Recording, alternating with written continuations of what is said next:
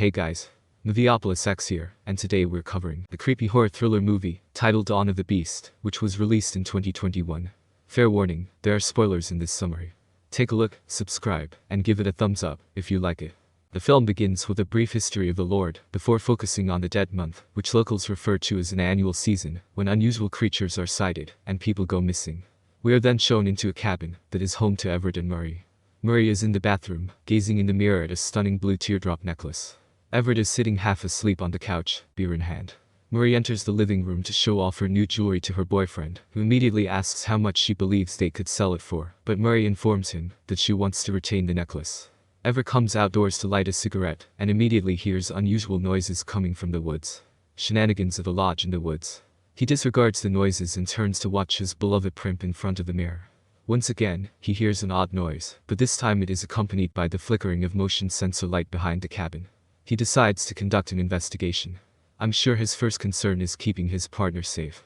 Everett notices a pair of tiny sparkling eyes staring back at him when he looks into the woods.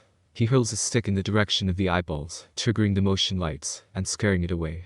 He suddenly hears a loud thud from the other side of the house and dashes to the garbage cans, which have been knocked over. He goes to obtain a flashlight and instructs Murray to remain inside. Regrettably, Murray is listening to music a little too loudly and thus misses him. She proceeds to the refrigerator in search of a beer. Out Everett, unaware that he is struggling with weird occurrences. When she ventures outside in search of a boyfriend, she notices the small shining dots in the woods. She proceeds to get a better look as Everett is still investigating.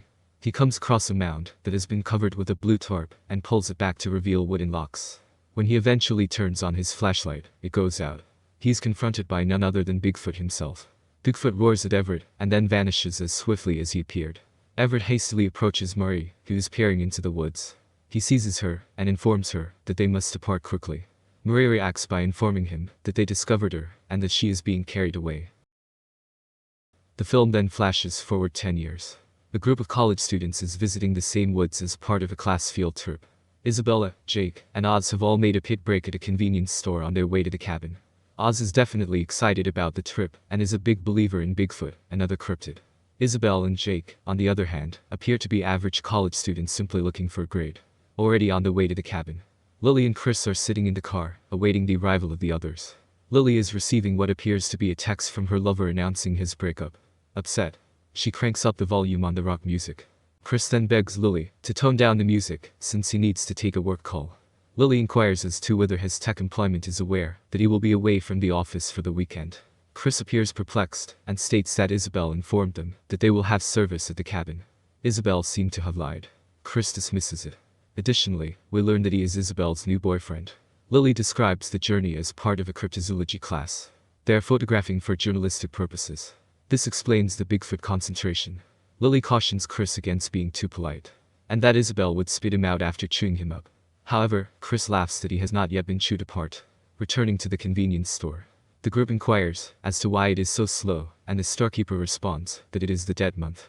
Then, from around the corner, the store owner comes and warns the young people that the creature they're seeking is certainly out there, along with a frightening warning about a terrible horror that lives in the woods. Finally, everyone arrives at the cabin, and Chris and Isabel begin unpacking. He approaches her for a kiss, but she declines with a simple apology that she needs to use the restroom. He embarks on a foray into the woods alongside their lecturer Dennis. They are entrusted with examining the area in search of evidence of Bigfoot's existence. Chris attempts to initiate a conversation with Oz in an awkward manner by telling a really awful joke. Oz is unimpressed and moves ahead of the group. Chris then notices a little bird and invites everyone to join him in bird watching. Isabel declines, stating that they will all return to their starting point, leaving Chris alone. While the professor continues to educate the group about Sasquatch, Oz approaches Isabel and Jake and advises them to take a detour off the usual path to look for clues, as Bigfoot is unlikely to leave trails. Lily, on her own, comes across a strange man hunched over an unsettlingly large footprint. As she approaches, the man removes his hat, revealing himself to be Everett. He now has a hideous scar over his left eye. He inquires as to where Lily and the others are staying, and, scared out, Lily gives him a grandiose response.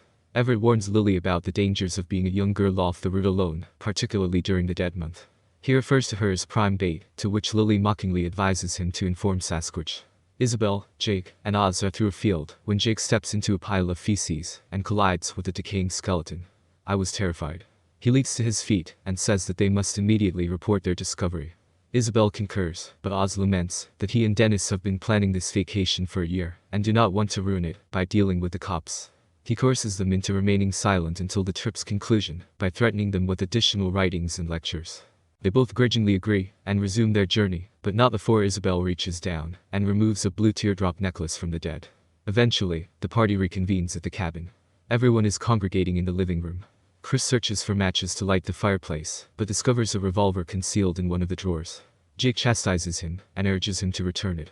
Chris builds the fire and attempts conversation, but discovers that no one is listening or interested. Isabel becomes angry with the lack of service and begs Jake for permission to borrow his car in order to drive and locate service in order to make a work call.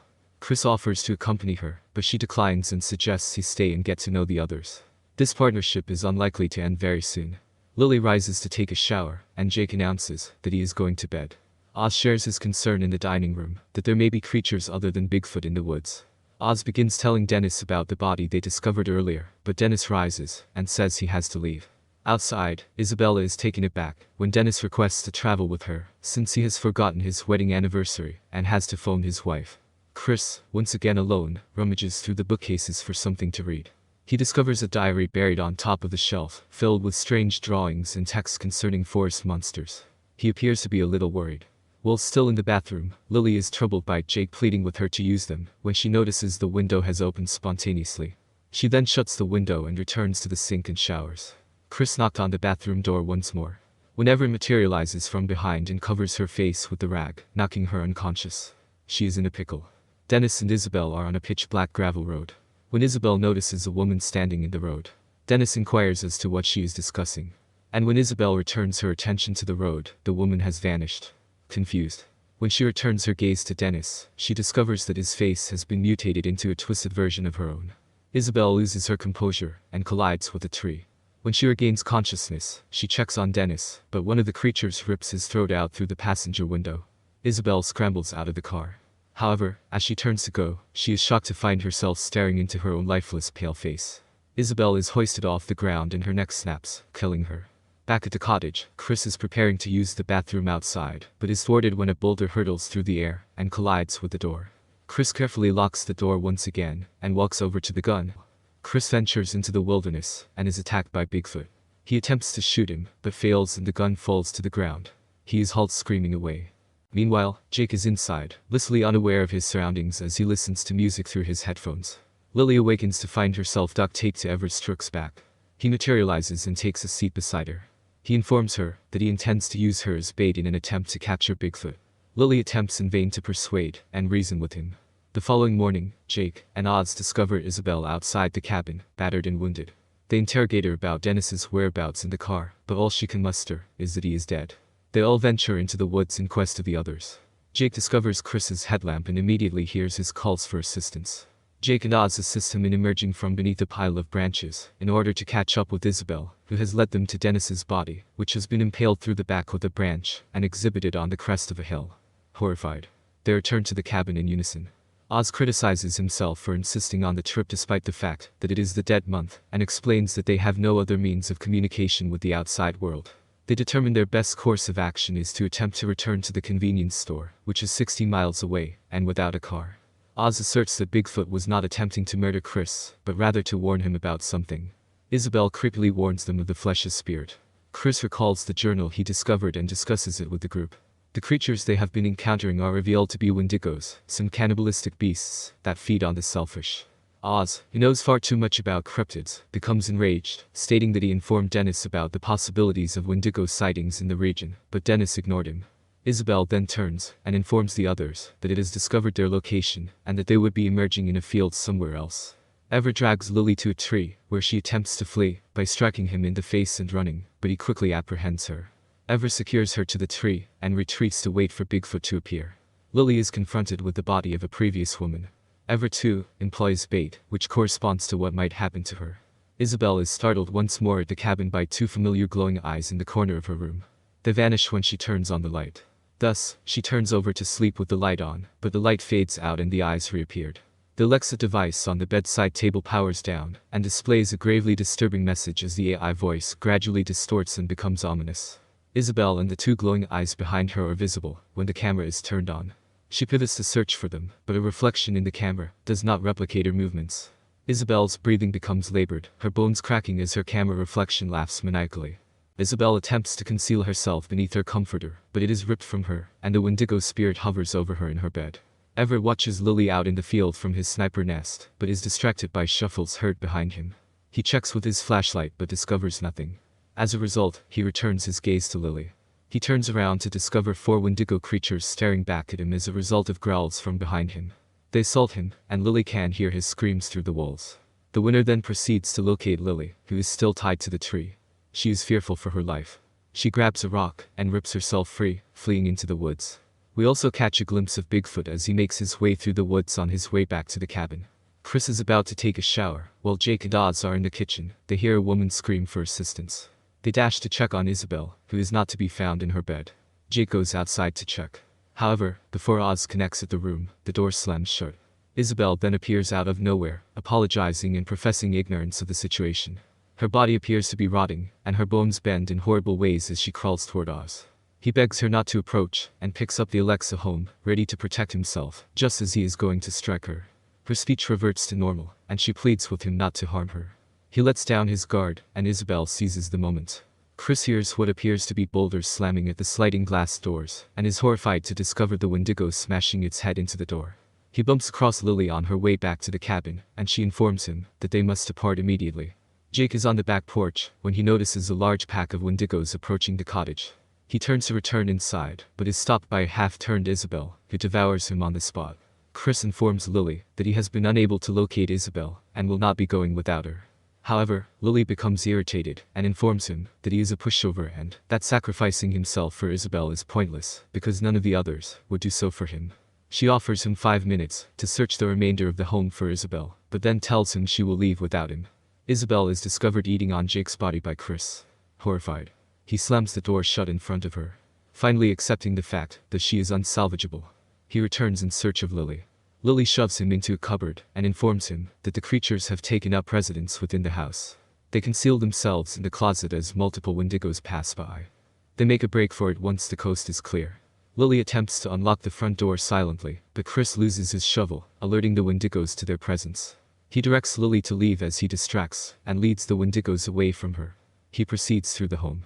Narrowly evading attacks around every corner, he eventually jumps out of a window, where Lily returns his shovel. They return to Everett's decomposing body in search of his car keys, and Chris expresses gratitude to Lily for not abandoning him at the cabin. They discover the keys, but not before the wendigos do, and another furious sprint through the woods ensues.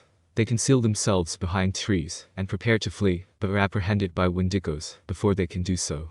Chris is struggling with one of the creatures, while Lily's arm is ripped off. He overcomes it and rushes to Lily's side. Unfortunately, she succumbs to her injuries and dies, leaving Chris alone once more. Encircled by wendigos, he appears to accept his fate and screams at the creatures mocking him. To his surprise, Bigfoot enters and begins effortlessly murdering the wendigos one by one. Thus, Bigfoot is a hunter of wendigo. Chris bolts for the automobile upon spotting his opportunity. Isabel comes in front of the automobile as he is ready to drive away. He can bring himself to run her over, but after reminding himself of all the times she's been rude to him, he sets her on fire, and then backs over her. The automobile dies, and will not restart. Bigfoot approaches and bids him adieu. As a result, he exits and decides to stroll. As Chris walks, Everett's car explodes behind him, and Everett reappears, however this time he is also a wendigo. Everett then starts to tell Chris how he ended up in this situation and attempts to assault him, but Chris suffocates him with a shovel. Finally, everything is complete. Chris begins his arduous journey toward town. He notices an automobile approaching him in the distance. It turns out that the proprietor of the convenience shop is the one who gives an obnoxious glare and shuffles. Chris is now the one who appears unamused in the absence of a word. The two drive away, leaving behind the wendigo nightmare. I didn't believe Chris would be the last survivor at the end of this. The end. Subscribe for more videos like this, turn on notifications, and leave a like to help the channel out. Thank you for watching.